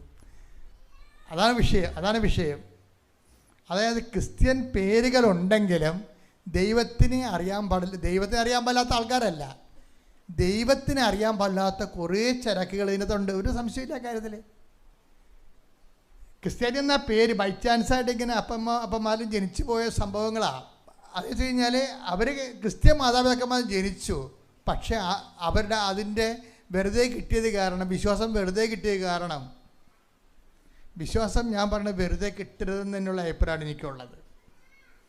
വെറുതെ കിട്ടിയാൽ ക്രിസ്തുവിൻ്റെ രക്തത്തിൻ്റെ വില അറിയാതെ പോകും. വിശ്വാസം നമ്മൾക്കെങ്ങനെ കിട്ടിയതാണ്? ക്രിസ്തു അതിനു വേണ്ടി പീഡാസഹനങ്ങൾ ഏറ്റെടുത്തിട്ട് അവൻ്റെ പീഡാസഹനങ്ങളെ പിതാവ് പ്രസാദിച്ചിട്ട് ക്രിസ്തുവിൻ്റെ നാമത്തെ എൻകറേജ് ചെയ്തിട്ട് അവൻ്റെ നാമത്തെ വിശ്വസിക്കുന്നവർക്കെല്ലാം കൃപയ്ക്ക് മേൽകൃപ കിട്ടിയിരിക്കണം. നമുക്ക് കിട്ടിയിരിക്കുന്ന കൃപയെല്ലാം ക്രിസ്തുവിൻ്റെ പീഡാസഹനത അധിഷ്ഠിതമായതുകൊണ്ട് ക്രിസ്തുവിൻ്റെ വില കൊടുത്തിരിക്കുന്ന ക്രിസ്തുവാണ്. പക്ഷെ നമ്മൾ വില കൊടുത്തിട്ടില്ല. അത് വില കൊടുക്കുമ്പോൾ നമ്മൾ എപ്പോഴും ശ്രദ്ധിക്കേണ്ട ഒരു വിഷയം എന്ന് വെച്ച് കഴിഞ്ഞാൽ, ഈ വില കൊടുത്തില്ല എന്നുണ്ടെങ്കിൽ വരാൻ പോകുന്ന വിഷയം വിശ്വാസത്തിൻ്റെ മൂല്യം കൊണ്ട് നമുക്കൊരു പ്രയോജനമില്ലാതായി പോകും. ഇപ്പം ആൻമരിയയുടെ സാക്ഷ്യങ്ങൾ എന്താ ഉള്ളത്? ആൻമരിയ 5 പൈസ ഒരു ജോലിയുമില്ല, ഭാര്യയും ഭർത്താവും കൂടി അവിടുന്ന് ടൊറൻറ്റോയിൽ നിന്ന് ലണ്ടനിൽ വന്നു. അപ്പോൾ അവളെന്താ പറയണത്? ഞങ്ങൾക്ക് 2 പേർക്കും ജോലിയില്ല, പക്ഷെ ഞങ്ങൾക്ക് ഭയമില്ല, അഭിഷേകമാണ്. ഞാൻ എൻ്റെ ജോലികൾ ചെയ്തുകൊണ്ടേയിരുന്നു, പ്രേക്ഷിത പ്രവർത്തനങ്ങൾ ചെയ്തുകൊണ്ടേയിരുന്നു. അപ്പോൾ എൻ്റെ മനസ്സിൽ മാതാവ് പറഞ്ഞു, ഇന്ന് വിക്ടോറിയ ആശുപത്രി കൊണ്ടുപോയി ഒരു റെസ്യൂം കൊടുക്കാൻ പറഞ്ഞു. വിക്ടോറിയ ആശുപത്രി കൊണ്ടുപോയി നീ ഒരു റെസ്യൂം കൊടുക്കാൻ പറഞ്ഞു. അപ്പോൾ ഹസ്ബൻഡിനോട് ഞാൻ പറഞ്ഞപ്പോൾ ഹസ്ബൻഡ് പറഞ്ഞു, എൻ്റെ ഓഫീസിലെ കൂട്ടുകാരൻ ഒരു മലയാളിയുണ്ട്, അവനെ കൊണ്ട് നമുക്കിത് പ്രിൻ്റെല്ലാം എടുപ്പിച്ച് പ്രിൻ്റ് ചെയ്ത് കൊടുക്കാം, നമ്മൾ പോണ വഴിക്കാണ് വിക്ടോറിയ ആശുപത്രി, നിനക്ക് കൊടുക്കാമെന്ന് പറഞ്ഞ്. അങ്ങനെ റെസ്യൂം കൊണ്ട്, അതായത് ബയോഡാറ്റ, അവരുടെ ജീവചരിത്രം, അവരുടെ എക്സ്പീരിയൻസ് സർട്ടിഫിക്കറ്റ് ഉൾപ്പെടെയുള്ള സംഭവം കൊണ്ട് വിക്ടോറിയ ആശുപത്രി ചെല്ലുമ്പോഴുണ്ട്. ഒരിക്കലും ഈ ആശുപത്രി തുറക്കാറില്ല. എന്താ കാര്യം? അത് നമുക്ക് അവിടെ ചെല്ലുമ്പോൾ അറിയാം. ഞാൻ ഓരോ രോഗികളെ വിദേശ രാജ്യങ്ങളിലേക്ക് പോകുമ്പോൾ രോഗികളെ സന്ദർശിക്കാൻ പോകും. നമ്മുടെ ആശുപത്രി പോലെ ഇങ്ങനെ തുറന്ന് കിടക്കുകയല്ല. അത് ആശുപത്രി മാത്രമല്ല, കടകൾ പോലും തുറന്നിട്ടിട്ടില്ല, എല്ലാം ചില്ല് ക്ലോസ് ചെയ്തിരിക്കുകയാണ്. എല്ലാത്തിനുമൊക്കെ എല്ലാം കോഡാണ്. അകത്ത് കയറണമെങ്കിൽ നമുക്ക് ഭയങ്കര പാടാണ്. ശരിക്കും അപ്പോയിൻമെൻറ്റ് വേണം, പിന്നെ കാര്യങ്ങളും കാണണമെങ്കിൽ. ഇവിടെയൊക്കെ ചെല്ലുമ്പോൾ നമ്മൾ തഹസിൽദാറിന് വില്ലേജ് ഓഫീസിനൊക്കെ ചെല്ലെങ്കിൽ എന്ത് സുഖമാണ്. ഒരിക്കലും ഫോറിൻ രാജ്യങ്ങളിൽ, ഞാനൊക്കെ ഫോറിൻ രാജ്യങ്ങളിലെ പോലെ ഇന്ത്യ ആകല്ലെന്നാണ് പ്രാർത്ഥിക്കുന്നത്. എല്ലാവരും അതുപോലെ ആകാൻ വേണ്ടിയാണ് ഇവിടെ ഇത് കുത്തിയിരിക്കണം. ഒന്ന് ആയി നോക്കണം വിവരം അറിയണമെങ്കിൽ. ഇപ്പം എന്ത് സുഖമാണ് നമുക്ക് ശരിക്കും പറഞ്ഞാൽ. ഇതിൻ്റെ GDP ഒക്കെ ഉയരാൻ വേണ്ടി, അത് ഗ്രോസ് നാഷണൽ പ്രോഫിറ്റൊക്കെ കൂടാൻ വേണ്ടി, അല്ലെങ്കിൽ നമ്മളുടെ വാർഷിക വരുമാനം കൂടാൻ വേണ്ടി എന്തുമാത്രം തിരക്കാണ്. മറ്റു രാജ്യങ്ങളുടെ മുകളിലായിരിക്കണം. അമേരിക്ക 24, ചൈന 18, നമ്മളിപ്പം 3 ആയിട്ടുള്ളൂ. ബ്രിട്ടൻ്റെ ഒപ്പമാണ്. നമുക്ക് കൂടണമെന്നൊക്കെ പറഞ്ഞില്ല. ഇപ്പം അത് നമ്മൾ കൂടും. ഇപ്പം 4ാം സ്ഥാനത്തായി. ഈ 4ാം സ്ഥാനത്തേക്ക് ഈ വാർഷിക വരുമാനം വന്നിട്ട് ഇനി നമ്മൾ 1ാം സ്ഥാനത്തേക്ക് വരുമ്പോൾ എന്താ പറ്റണത്? നമ്മുടെ ചായക്ക് ഇപ്പോൾ എത്ര രൂപയാണ് ചായക്ക്? 10 രൂപ. അത് 150 രൂപയാവും. അതാണ് വിഷയം. അത് 150 രൂപയാവും. പിന്നെ എല്ലാം അപ്പോയിൻമെൻ്റ് ആവും. ഗതികെട്ട ഒരു നരകമായിട്ട് ഞാൻ നോക്കിയത് ഒരു ഭയങ്കര സ്റ്റാൻഡേർഡ് നരകം, അത്രേ ഉള്ളൂ. എല്ലാവരും സെക്യൂർ ആണെന്ന് പറഞ്ഞപ്പോൾ നിങ്ങളൊക്കെ എല്ലാം സെക്യൂർ അല്ലേ? എല്ലാവർക്കും ഇൻഷുറൻസ് ഉണ്ടല്ലോ. നിങ്ങൾക്ക് എത്ര തെണ്ടികളെ കാണണം അവിടെ ചെന്നാൽ? ആവശ്യത്തിനുണ്ട്. അവരെല്ലാം നമ്മൾ ധർമ്മക്കാരോട് നേരിട്ടെങ്കിൽ നമുക്ക് സംവാദിക്കാൻ പറ്റും. മറ്റതെന്ന് വെച്ച് കഴിഞ്ഞാൽ വലിയ പാടാണ് ശരിക്കും. ധർമ്മക്കാരുണ്ട് അവിടെ, പക്ഷെ നമുക്ക് അവരെ സഹായിക്കാൻ പറ്റാത്ത അവസ്ഥ. ഇവിടെ സാക്ഷ്യം കേട്ടിട്ടില്ലേ? അവിടുത്തെ നിയമം അതാണ്, ഞങ്ങൾക്ക് അവരുമായിട്ട് കോൺടാക്ട് ചെയ്യാൻ പറ്റിയില്ല, അതുകൊണ്ട് ഞങ്ങൾ ഫുഡ് ബാങ്കിൽ കൊണ്ടുപോയി റൊട്ടി കൊടുത്തെന്നൊക്കെ പറയണില്ലേ? അതാ കാര്യം. എന്തു രാജ്യമാണ് ശരിക്കും പറഞ്ഞാൽ. അതെല്ലാം സിസ്റ്റമാറ്റിക്കായി കഴിഞ്ഞപ്പോൾ അതൊരു മനുഷ്യവിരുദ്ധമായ ഒരു സംവിധാനമായി മാറി. എല്ലാം മോശമാണെന്ന് ഞാൻ പറയണില്ല. എനിക്ക് അവരെ കണ്ടപ്പോൾ എനിക്ക് ഇഷ്ടപ്പെട്ടത് അവിടെ ഭൂമികളും റോഡുകളും പിന്നെ എല്ലാം സിസ്റ്റമാറ്റിക്കാണ്. നമ്മളെപ്പോലെ ഇങ്ങനെ വിളിച്ചും കൂവിയൊക്കെ നടക്കേണ്ട കാര്യങ്ങൾ. എല്ലാത്തിനും സർവീസാണ്, ഭയങ്കര സർവീസാണ്, സഡൻ സർവീസാണ്, കാലിക്കറ്റ് സർവീസാണ്. നമുക്ക് ടൈം വേസ്റ്റ് ആകത്തില്ല, കാത്തിരിക്കുന്ന പ്രശ്നങ്ങളില്ല, എല്ലാം അപ്പോയിൻമെൻറ്റ് ഓർഡറിൽ ഇങ്ങനെ പോകും. പക്ഷേ ഡോക്ടറൊക്കെ കിട്ടാൻ വലിയ പാടാണ്, ഡോക്ടറിനെ കിട്ടാൻ വലിയ പാടാണ്. അത് പോട്ടെ, അത് വലിയ നരകം പിടിച്ച പരിപാടിയാണ്. ഒരു രോഗം വരാതിരിക്കാൻ പ്രാർത്ഥിച്ചാൽ മതി അവിടെ ചെന്നിട്ടില്ല. രോഗം വന്നിട്ട് ഡോക്ടറിനെ കാണാൻ നടക്കത്തില്ല, അതൊക്കെ വേറെ വകുപ്പായിട്ട് മാറും. അപ്പോൾ ഇങ്ങനെയൊക്കെയാണെങ്കിലും ഈ സ്ഥലത്ത് ചെല്ലുമ്പോൾ ഇപ്പം നമുക്കൊരു വർത്തമാനമില്ലേ, അതായത് പാപി ചെന്ന പടി തുറക്കുവാന്ന്, അങ്ങനെ എന്ത് സംഭവം ഉണ്ടല്ലോ, പാപി അങ്ങനെയല്ല, പട്ടി എന്ന പടി തുറക്കുവാന്നാണ് മലയാളത്തിൽ പഴഞ്ചൊല്ലുള്ളത്. അപ്പം ചില ഈ നമ്മൾ ഇവിടെയാണത്. ഇത്തിരി ക്വാളിറ്റി ഉള്ള ആൾക്കാരാണെങ്കിൽ എവിടെയും കയറി ചെല്ലാൻ പറ്റും. പക്ഷേ അവിടെയൊന്നും ക്വാളിറ്റി ഇട്ട് കാര്യമൊന്നുമില്ല, അതെല്ലാം ക്ലോസ്ഡാണ്. ഇവർ ചെല്ലുമ്പോൾ ഹോസ്പിറ്റലിൽ ക്ലോസ്ഡാണ്. പണ്ട് മേരി മാഡലിനൊക്കെ കർത്താവിൻ്റെ കല്ലറയിൽ പോയപ്പോൾ മേരി മാഡലിൻ്റെ മനസ്സിലുണ്ടായിരുന്നത് എന്താണ്? ആര് ഞങ്ങൾക്ക് കല്ല് മാറ്റിത്തരുമെന്നുള്ള അത് ഉൾക്കണ്ടായിരുന്നു. ഇതുപോലെ ആരെയാണ് നമുക്ക് കോൺടാക്ട് ചെയ്യാൻ പറ്റുന്നൊരു ഐഡിയയും ഇല്ല, ഒരു പരിചയവും ഇല്ല. ആദ്യമായിട്ട് വിക്ടോറിയ ഹോസ്പിറ്റൽ ചെല്ലുകയാണ്. ഇവിടെ ചെല്ലുമ്പോൾ ഇവർക്ക് വേണ്ടി മാത്രം ആ ഹോസ്പിറ്റൽ ഡോർ തുറന്നിട്ടാകും, അവൾ കയറിയാൽ ക്ലോസ് ആകും. അതാരാണ്? ഇത് തുറന്നിടാൻ ആളുണ്ട് അവിടെ. ആരാണ്? ഞാൻ നിനക്ക് മുമ്പേ എൻ്റെ ദൂതനെ അയക്കുമെന്ന്. ശ്രദ്ധിക്കട്ടെ. ഹല്ലേലൂയ.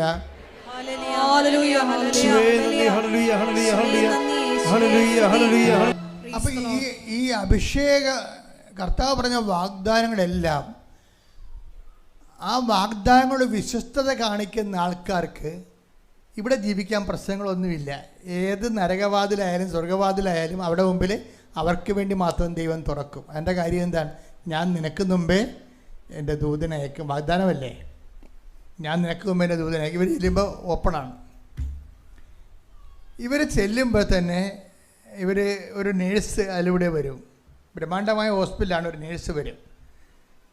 അപ്പം നേഴ്സ് വരുമ്പോഴത്തേക്കും എന്താ വിഷയമെന്ന് ചോദിക്കും.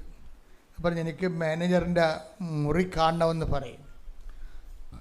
ഉടനെ നേഴ്സ് പറയും, ഇവിടെ മാനേജറിനെ നേരിട്ട് കാണാൻ പറ്റത്തില്ല, HR-നെ കാണണമെന്ന് പറയും. നിങ്ങൾ HR-നെ അന്വേഷിക്കാൻ പറയും. അപ്പോൾ ഇവൾ ജവമാലം ചെല്ലിൻ്റെ അകത്ത് ഇവിടെ ആദ്യം ചെല്ലുകയില്ല, അതിനകത്ത് ചെന്ന് പെടുകയാണ്. എവിടെയാണ് HR, എവിടെയാണ് മാനേജറെന്ന് അറിയത്തില്ല. അപ്പോൾ വേറെ ഒരു നേഴ്സ് വരും. അതാണ് വിഷയം. മാതാവ് ഇവളോട് പറയും വെയിറ്റ് വെയിറ്റ് വെയിറ്റ് എന്ന് പറയും. രണ്ടാമത്തെ നേഴ്സും വരുമ്പോൾ രണ്ടാമത്തെ നേഴ്സും വന്നിട്ട് പറയും ഇതിങ്ങനെയല്ല പോകേണ്ടത്, മാനേജർ ആബ്സെൻ്റ് ആണെന്ന് പറയും.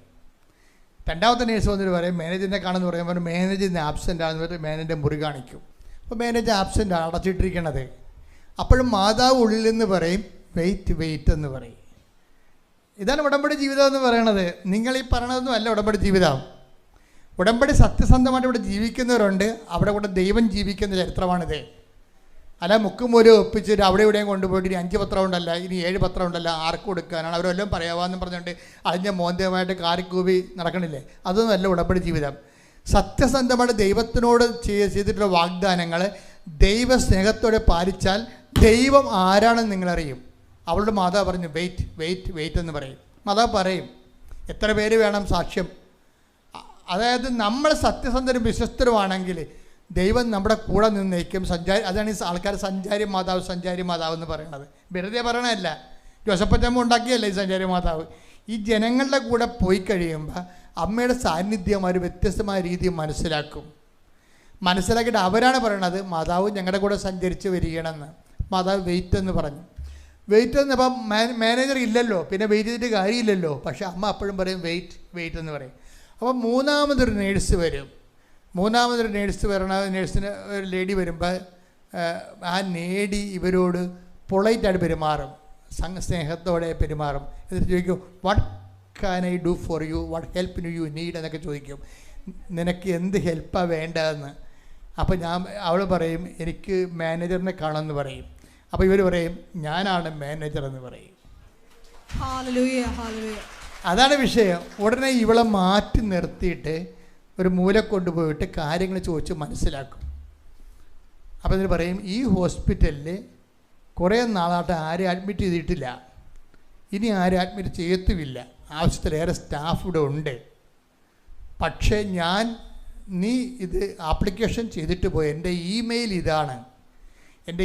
ഇതാണ്, നീ ഇമെയിലിലേക്ക് ആപ്ലിക്കേഷൻ സെൻഡ് ചെയ്യാൻ പറയും.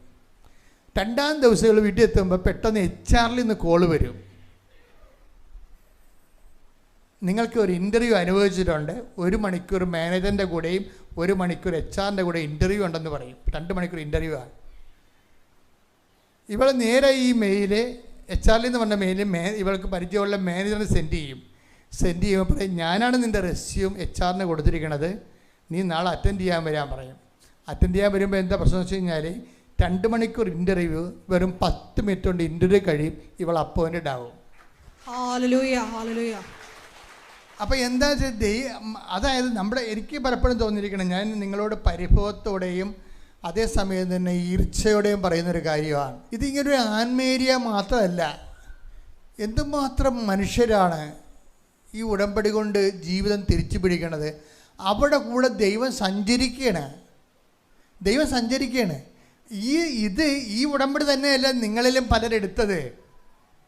അതാണ് വിഷയം. എന്നിട്ട് 3 പുതുക്കിയിട്ടും നിങ്ങൾക്ക് ദൈവത്തിൻ്റെ ഒരു സാന്നിധ്യം അനുഭവിക്കാത്ത എന്താണ്? അത് ഇതിനകത്ത് വെള്ളം ചേർക്കണമുണ്ടാണ് ഈ പ്രശ്നം വന്നത്. ഇത് വെള്ളം ചേർത്തുള്ള കുഴപ്പം വെച്ച് കഴിഞ്ഞാൽ നമുക്കത് അച്ഛനെ അത് നഷ്ടമാണ്. എന്താ നഷ്ടം എന്ന് പറഞ്ഞു കഴിഞ്ഞാൽ, ഇത് ഉടമ്പടി തന്ന കാലത്ത് അമ്മ എന്താ പറഞ്ഞത്? ഉടമ്പടി ഉടനടി പരിഹാരം എന്നാണ് അമ്മ പറഞ്ഞത് അന്ന്. അത് ഇന്നും അമ്മ മാറ്റം ഉണ്ടാക്കിയിട്ടില്ല, ഉടനടി തന്നെ പരിഹാരം. ഇപ്പം റസാക്കിൻ്റെ വിഷയം എന്താ?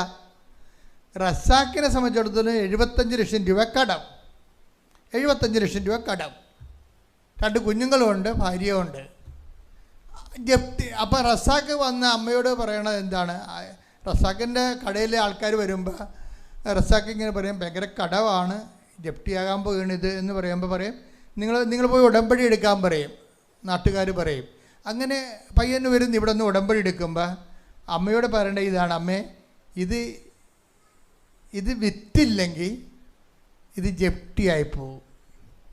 അപ്പോൾ ഈ കടമെല്ലാം എൻ്റെ തലയെ വന്ന് വീഴും. എനിക്ക് 2 കുഞ്ഞുങ്ങളുണ്ട്, ഞാൻ നിരത്തിൽ വഴിയിൽ ഇറങ്ങേണ്ടി വരും. അപ്പോൾ ഇത് വിറ്റ് തരണം, എനിക്ക് വേറെ പ്രശ്നങ്ങളൊന്നുമില്ല. വിറ്റ് തരാൻ വേണ്ടി എന്നെ കാണാൻ വേണ്ടി ചീട്ടെടുത്ത് വരുമ്പോൾ ജപ്തി ആകുമ്പോൾ കാണാൻ പറ്റുമില്ല. അപ്പം ഞാനൊരു കാശിനും കൊടുത്തിട്ട് പറഞ്ഞു, ഇത് നിങ്ങൾ അവിടെ കൊണ്ടുപോയി സ്ഥാപിക്കണം. നമ്മൾ കുടിച്ചിടണമെന്ന് നിങ്ങൾ പറയരുത്. കുടിച്ചിടണ കൂടോത്രമാണ്, അല്ല കാശുരൂപമല്ല. നിങ്ങളെ വിശ്വാസ പ്രമാണം ചൊല്ലി അവിടെ സ്ഥാപിക്കുകയാണ് ചെയ്യണത്. എന്താണ് സ്ഥാപിക്കണത്? എനിക്കവിടെ നിന്ന് ഈ ഐഡിയ കിട്ടിയത്? എനിക്ക് ഐഡിയ കിട്ടിയത് രക്ഷ എന്ന കുരിശ് ദൈവം ഭൂമിയിൽ സ്ഥാപിക്കുകയാണ് ചെയ്തത്. അതിൽ നിന്നാണ് ഈ കാശുരൂപം സ്ഥാപിക്കുന്ന ആശയങ്ങൾ വരണത്. അപ്പം നമ്മൾ ഒരു ദിവസം ഇവ ഉപ്പിടണ എന്തിനാണ്? അത് ഈ ഭൂമിയെ എനിക്കിവിടെ ഗ്രിപ്പില്ല, എനിക്കിവിടെ മെരിട്ടില്ല, എൻ്റെ ദൈവമായ കർത്താവാണ് എൻ്റെ അവകാശം. അതുകൊണ്ട് നോട്ട് ബൈ മെരിറ്റാണ്, എനിക്ക് മെരിട്ടില്ല, എൻ്റെ ദൈവമാണ് എൻ്റെ യോഗ്യത. ഈ ജോലിയായാലും ശരി, ഇത് ദൈവത്തിൻ്റെ അവകാശമാണ്, അത് ഞാൻ പ്രഖ്യാപിക്കുന്നു. അതുകൊണ്ട് ആണ് ആ ഉപ്പിടുന്നത്. അപ്പോൾ നമ്മൾ ഉപ്പിടുമ്പോഴൊക്കെ നമ്മൾ ശ്രദ്ധിക്കേണ്ടതെന്ന് വെച്ച് കഴിഞ്ഞാൽ അതൊരു വിശ്വാസ പ്രയോഗമാണ്. ആ സ്ഥലം 60 ലക്ഷം രൂപയ്ക്ക് ഉടനെ വിറ്റുപോകും, റസാക്കിൻ്റെ സ്ഥലം. പിന്നെ ഉടനെ വൈഫിന് ഹോസ്പിറ്റലിൽ ജോലിയാകും. ആ ജോലി കഴിഞ്ഞിട്ട് ഇസ്രായേലിലേക്ക് അവളിപ്പോൾ കയറിപ്പോകാൻ പോവുകയാണ്. പഴവടാന്നാണ് മാതാവ് ആ ഫയലെടുത്ത് ഒപ്പിട്ട് മാറേണ്ടത്. എന്തൊരു മാറ്റമാണ് പറഞ്ഞത്. അതുകൊണ്ടാണ് റസാക്ക് സാക്ഷ്യം പറയാൻ വേണ്ടി വരണത്. ഇപ്പം സാക്ഷ്യം പറയുമ്പോൾ എന്താണ്? ആ ഉടമ്പടിയുടെ ചെയ്വനകൾ പരിശോധിക്കുമ്പോൾ നമ്മൾ ഞെട്ടിപ്പോകും. 2000 പത്രമൊക്കെ ഒരു മുസ്ലിം എടുത്ത് വിതരണം ചെയ്ത് വിതരണം ചെയ്യണല്ലേ? പ്രാർത്ഥിച്ചാൽ കൊടുക്കണത്, പ്രാർത്ഥിച്ചാണ് കൊടുക്കണത്. ഇവിടെ ഇന്നലെ പറയുകയായിരുന്നു, ഞാനും വൈഫും കുഞ്ഞുങ്ങളും കൂടി ജവമല റാലിക്ക് അർത്തിങ്ക വരെ പോയി. ഞാൻ തളർന്നു. ഞാനിങ്ങനെ ഇത്രയും ഒന്നും നടന്നിട്ടില്ല. ഇത്തിരി തടിയുണ്ട് ആളിനെ. അപ്പം നടന്നിട്ടില്ല. പക്ഷെ നടന്ന് ഒരു കണക്കിന് ഞാൻ എത്തിയിട്ട് ഞാനവിടെ കിടന്നപ്പോഴേ ഒരു തണുത്ത കാറ്റ് പോലെ എൻ്റെ കർത്താവ് എനിക്ക് ചുറ്റും നിന്നെന്ന്. ഞാൻ അന്ന് അനുഭവിച്ച അഭിഷേകം എന്ന് പറഞ്ഞാൽ സഹിക്കാൻ പാലാത്തതാണ്. ഞാൻ ഉടനെ ചടകുടഞ്ഞ് എഴുന്നേറ്റ പോലെയാണ് ഈ ഊർജ്ജം. ആ വിശ്വാസം പ്രഖ്യാപിച്ച് കഴിയുമ്പോൾ നമ്മുടെ എനിക്കാണ് എപ്പോഴും തോന്നുന്നത്, എല്ലാവർക്കും പറ്റണത് സത്യസന്ധതയാണ് വിഷയം. പിന്നെ ചിലർക്ക് 50% ആൾക്കാർക്ക് ഉടമ്പടി എടുക്കാൻ ഇവിടെ യോഗ്യതയില്ലെന്ന് പറഞ്ഞാൽ നിങ്ങൾ തെറ്റ് ചെയ്യാൻ തീരുമാനിച്ചിരിക്കുന്നു. എന്നിട്ട് ആ തെറ്റിന് ദൈവം ഒപ്പിടാൻ വേണ്ടി നിങ്ങൾ നീട്ടിയാവും ദൈവം ഒപ്പിടുക. നിങ്ങളെപ്പോൾ ഒരു കള്ളജന്മമാണ് ദൈവം എന്ന് പറയണത്. അപ്പോൾ നിങ്ങൾ ഭാര്യനെ ഉപേക്ഷിച്ചു, ഇനി എന്താണ് നിങ്ങൾ പറയണത്? അവൾക്ക് ജീവനാംശം കൊടുക്കരുതെന്നും പറഞ്ഞായിരിക്കും നിങ്ങൾ ഉടമ്പടി ചെയ്തിരിക്കണത്. ഈ കള്ളജന്മത്തിനെ പോലെ ദൈവം കള്ളജന്മമാവുക. അപ്പം നിങ്ങൾ പറ്റാത്ത കാര്യങ്ങൾ ഉടമ്പടി വെക്കരുത്, ദൈവത്തിന് നിരക്കാത്ത കാര്യങ്ങൾ ഉടമ്പടി വെക്കരുത്. കാരണം നിങ്ങൾ വർഷങ്ങളായിട്ട് മനുഷ്യന്മാരെ പറ്റിച്ചും തെണ്ടിച്ചും ഒക്കെ ജീവിക്കണ ഒരു ജന്മമായിരിക്കാം. ആലപ്പുഴ ഉടമ്പടി കൊടുക്കി വെക്കണം, അവിടെ എല്ലാ അനുഗ്രഹം കിട്ടുമെന്ന് പറയുമ്പോൾ നിങ്ങൾ ഓർക്കണത് നിങ്ങൾ കാണിക്കുന്ന പ്രകൃതങ്ങൾക്കെല്ലാം ദൈവം ഓശാന പാടുമെന്നാണ് വിചാരിക്കണത്. It is nonsense. മറിച്ച് നിങ്ങൾ അനുതാപമാണ് ഇതിൻ്റെ മെയിൻ കാരണം. നിങ്ങൾക്ക് ദൈവത്തെ വേണമെന്നുണ്ടെങ്കിൽ നിങ്ങൾ ഇന്ന് ജീവിക്കുന്ന നിങ്ങളുടെ അഭിവൃദ്ധിയോട് ജീവിക്കാൻ ദൈവം നിങ്ങൾക്ക് അഭിഷേകം അനുഗ്രഹം തരണമെന്നുണ്ടെങ്കിൽ നിങ്ങൾ ആദ്യം ദൈവത്തിൻ്റെ വഴികളിലൂടെ വരണം. ദൈവത്തിൻ്റെ വഴികളിലൂടെ വരാൻ നിങ്ങൾ എന്താണ് ഉടമ്പടിയിൽ ആദ്യം വെക്കേണ്ട നിയോഗം? കർത്താവേ, എനിക്ക് അനുതാപം തരണം. വർഷങ്ങളായിട്ട് എനിക്ക് അനുതാപമില്ല. ഇതിനേക്കാൾ വലിയ വെള്ളിയാഴ്ച വന്ന വാപ്പ പള്ളിയിൽ പോയിട്ടില്ല. പിന്നെയാണ് ഈ വെള്ളിയാഴ്ച എന്ന് പറഞ്ഞ പോലെ ഒരു കഥയാണ് പല അണ്ണന്മാരും ഉള്ളത്. ഇതിനേക്കാൾ വലിയ നോൻപ് വന്നിട്ട് ഞാനെങ്ങും ഒരു പള്ളിയിലും പോയിട്ടില്ല എന്ന് പറഞ്ഞിട്ട് ഇനി പള്ളി പോയാലാ, ഇനി അനുതപിച്ചാലാ, കുരിശിൻ്റെ വഴി നടത്തിയാലാ, ഇതൊക്കെ ഒരു ആചാര അനുഷ്ഠാനമായിട്ടൊക്കെ ചുമ്മാ ചട്ടപ്പടി പ്രോഗ്രാം പോലെ കാട്ടിക്കൂടി ഒപ്പിച്ചുണ്ടാക്കുകയല്ലേ. ഇതെല്ലാം ദൈവത്തിന് മുമ്പ് സ്വീകാര്യമാണോ? ദൈവത്തിന് മുമ്പ് സ്വീകാര്യമാണെങ്കിൽ ഒറ്റ കാര്യമേ ഉള്ളൂ. എന്താണത്?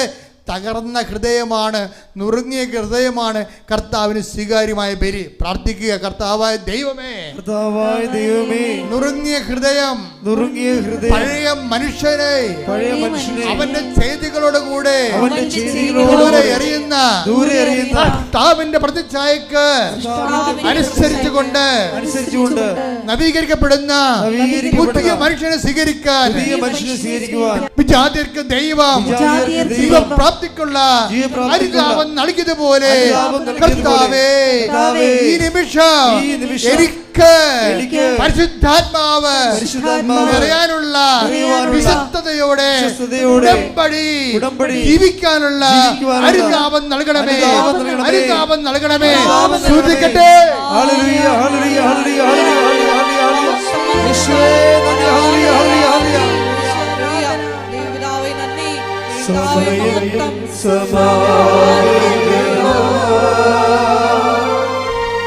മരിയൻ പ്രത്യക്ഷീകരണ മധ്യസ്ഥ പ്രാർത്ഥന ഏറ്റുചൊല്ലി പ്രാർത്ഥിക്കാം.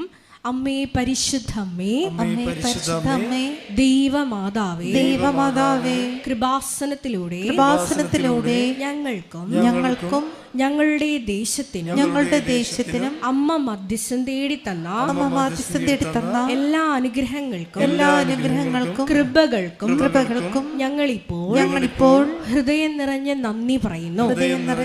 സ്തുതിച്ചു പ്രാർത്ഥിക്കാം. Hallelujah, hallelujah. ഡിസംബർ 7-ാം തീയതി ഉച്ചകഴിഞ്ഞ് 2:30 കൃപാസനത്തിൽ സംഭവിച്ച അമ്മയുടെ പ്രത്യക്ഷപ്പെടലിനെ കുറിച്ച് തിരുസഭയ്ക്ക് സമർപ്പിച്ചിരിക്കുന്ന പഠനരേഖകളുടെ മേൽ വസ്തുനിഷ്ഠവും ദൈവശാസ്ത്ര വിധി പ്രകാരമുള്ളതുമായ അന്വേഷണ പഠനങ്ങൾ നടത്തി ആ പ്രത്യക്ഷപ്പെടലിലൂടെ പ്രകടമായ ദൈവമാതാവിന്റെ പ്രത്യേക കരുതലും സംരക്ഷണവും വെളിപ്പെടുത്തുന്ന പീഡിതരുടെ ആശ്വാസവും പ്രവാചകന്മാരുടെ രാജ്ഞിയും വാഗ്ദാനത്തിന്റെ പേടകവും പ്രപഞ്ച പ്രകൃതിയുടെ മാതാവുമായ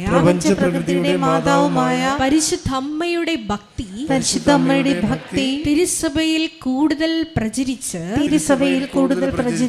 ജീവിതത്തിന്റെ ദുരന്ത അവസ്ഥകളിൽ ദുരന്ത അവസ്ഥകളിൽ അകപ്പെട്ട് കഴിയുന്ന അനേകായിരം മക്കൾക്ക് ദൈവത്തിന്റെ സാന്നിധ്യവും സന്ധിപ്പും കൂടുതൽ അനുഭവിക്കുക വഴി ആത്മീയ വിശുദ്ധിയും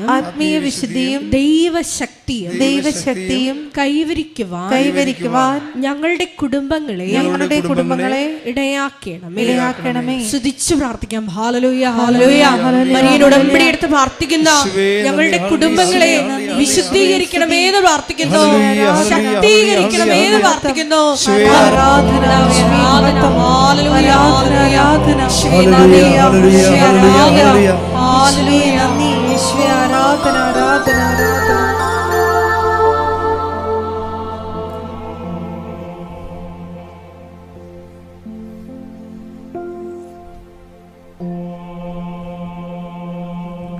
പരിശുദ്ധ പരമദിവ്യകാരുണ്യത്തിന് ആരാധനയും സ്തുതിയും പുകഴ്ചയും ഉണ്ടായിരിക്കട്ടെ.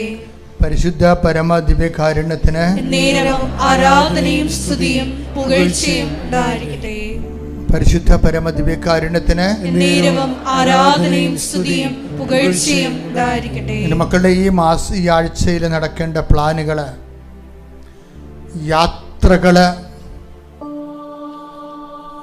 യാത്രയിൽ കണ്ടുമുട്ടേണ്ട വ്യക്തികള്,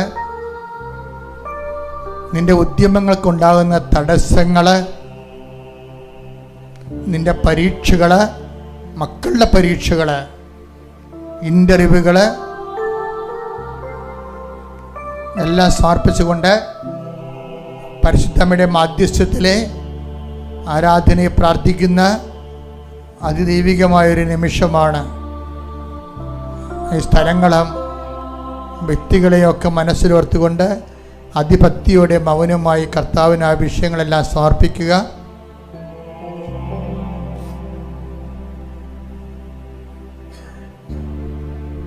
അച്ഛനോട് ചേർന്ന് പ്രാർത്ഥിക്കുക. കർത്താവായ ദൈവമേ, ഞാനിപ്പോൾ പ്രാർത്ഥിച്ച വിഷയങ്ങള്, എന്റെ ഇന്റർവ്യൂകള്, മക്കളുടെ പരീക്ഷകള്, കർത്താവേ നീ ഏറ്റെടുക്കണമെന്ന് പ്രാർത്ഥിക്കുന്ന പരീക്ഷയിൽ പഠിച്ചത് പ്രതിഫലിപ്പിക്കാനുള്ള അനുഗ്രഹം ഞങ്ങൾക്ക് നൽകണമേ. ജീവിക്കാനും ഉപരിപഠനത്തിനും ആവശ്യമായ മാർക്ക് നൽകി എന്റെ പഠനത്തെയും പരീക്ഷയെയും നീ ആശീർവദിക്കണമേ. ശ്രുതികട ഹല്ലേലൂയ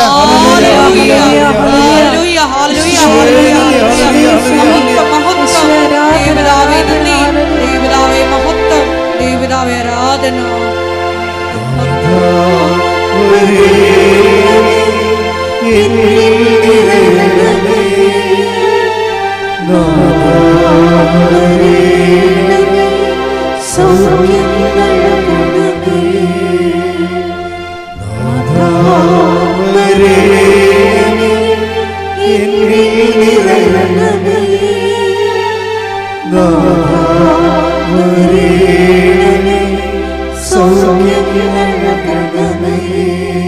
കൈകൾ കൂപ്പി കണ്ണടച്ച് ഉപജീവന മാർഗങ്ങള് സമർപ്പിക്കുന്ന സമയമാണ്. കടകമ്പോളങ്ങളും വ്യാപാര വ്യവസായങ്ങളും ഏജൻസികളും നടത്തുന്നവര്, സാമ്പത്തിക വിഷയങ്ങള്, ചിട്ടികൾ ഉൾപ്പെടെയുള്ള കാര്യങ്ങള്, അനുകൂലമായ തീരുമാനങ്ങൾ വരണമെന്ന് ആഗ്രഹിക്കുന്നവര്,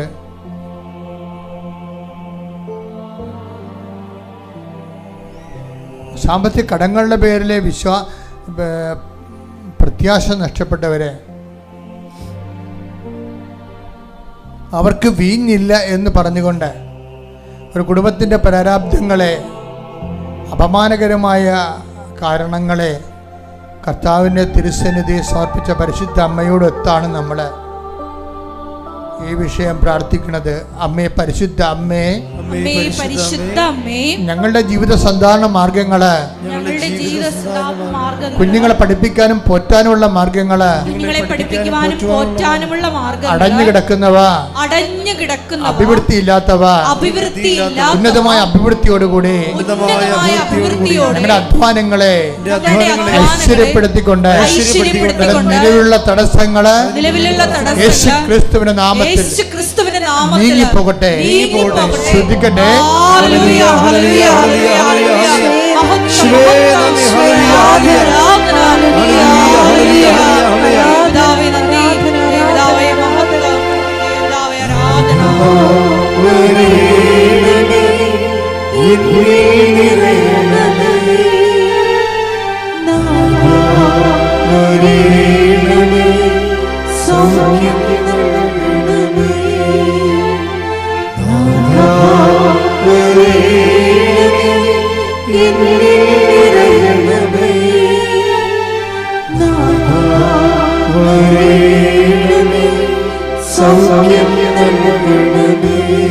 പരിശുദ്ധ പരമ ദിവ്യകാരുണ്യത്തിന് ആരാധനയും സ്തുതിയും പുകഴ്ചയും ഉണ്ടായിരിക്കട്ടെ. ജോലിയില്ലാത്തവരെ, ജോലിക്ക് വേണ്ടി ജോലി നഷ്ടപ്പെട്ടവരെ, വിസ പുതുക്കി കിട്ടാത്തവരെ, പല പല മേഖലകളിലെ കടുത്ത പ്രതിസന്ധി, ജീവിത പ്രതിസന്ധി അനുഭവിക്കുന്നവരെ മൗനമായി പ്രാർത്ഥിക്കട്ടെ. ഏറ്റു പ്രാർത്ഥിക്കുക. കർത്താവേ, വിസ പുതുക്കി കിട്ടാത്തവരെ,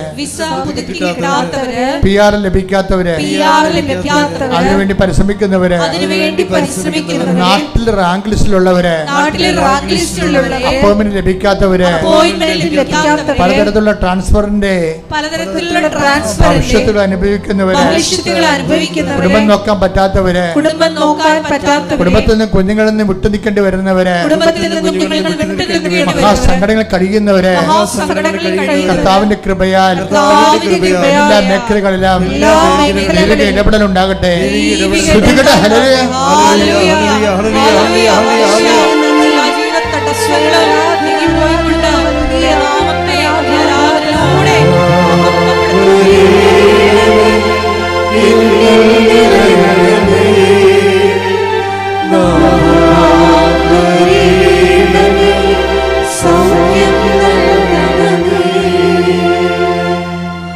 മക്കളില്ലാത്തവർക്കും വിവാഹം ഒത്തുവരാത്തവർക്കും വേണ്ടി പ്രാർത്ഥിക്കാം.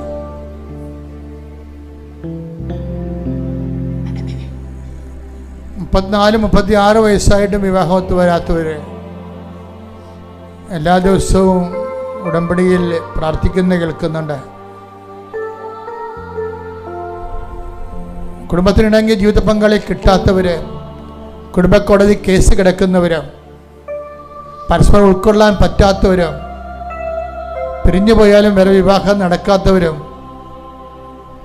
അന്യായമായി പിരിഞ്ഞു പോയവരും, ദൈവത്തിന് നിരക്കാത്ത ജീവിത രീതിയും മനോഭാവം സൂക്ഷിക്കുന്നവരും, കുടുംബത്തെ തകർത്തെറിഞ്ഞവര്, കുഞ്ഞുങ്ങളുടെ ജീവിതം വഴിയാധാരമാക്കിയവര്, അനുതാപത്തിലേക്ക് ക്ഷണിച്ചുകൊണ്ട് കർത്താവിന്റെ കൃപയിൽ അവരെ ആശീർവദിക്കണം പ്രാർത്ഥിക്കുന്നു. ശ്രദ്ധിക്കട്ടെ. ഹല്ലേലൂയ.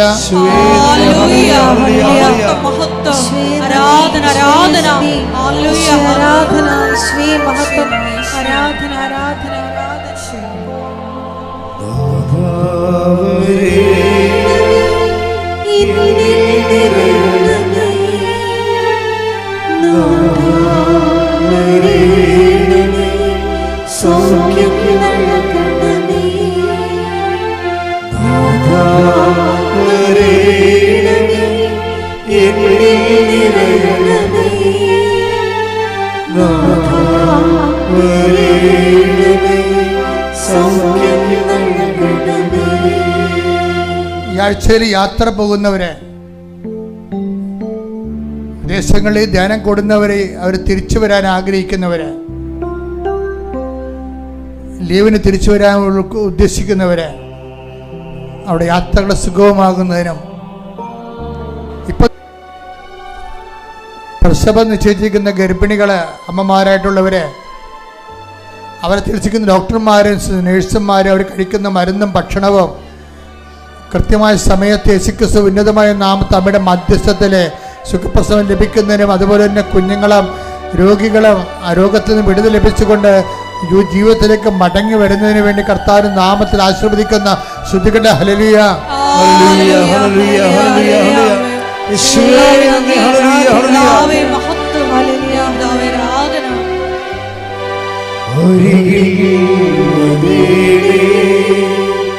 സദയം തുണേ സുഖമാണ് എൻ്റെ ഉള്ളം. മുട്ട നിൽക്കുക. സമാപന ആശീർവാദം.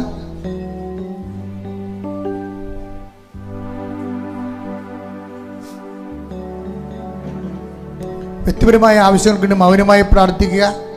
അച്ഛൻ വിട്ടുപോയ വിഷയങ്ങൾ സമർപ്പിക്കുക. ഓൺലൈനിലുള്ളവർ സമർപ്പിക്കുക. മുട്ടയിൽ നിന്ന് സമർപ്പിക്കുക. ആശീർവാദം സ്വീകരിക്കാം.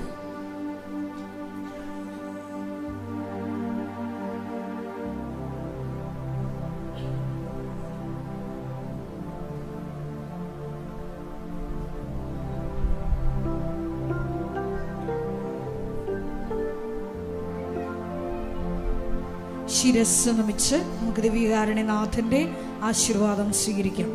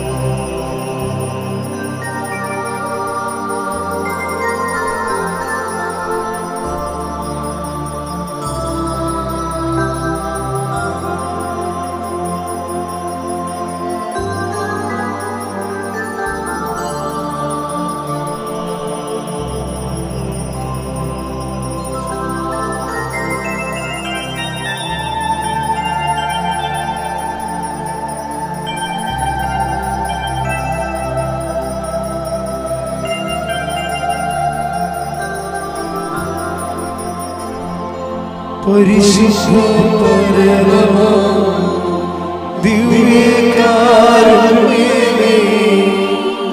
എന്നും അംഗീകാരം. പരിശുദ്ധ പരമ ദിവ്യകാരുണ്യമേ എന്നും അംഗീകാരം. പരിശുദ്ധ പരമ ദിവ്യകാരുണ്യമേ എന്നും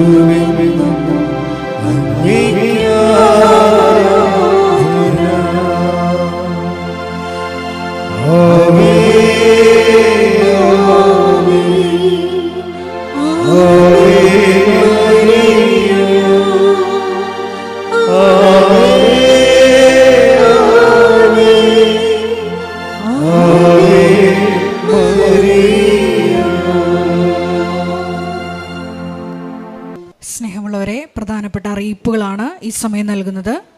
കൃപാസനത്തിൽ എല്ലാ ദിവസവും മരിയൻ ഉടമ്പടി എടുക്കാനും പുതുക്കാനുമുള്ള അവസരം ഉണ്ടായിരിക്കുന്നതാണ്.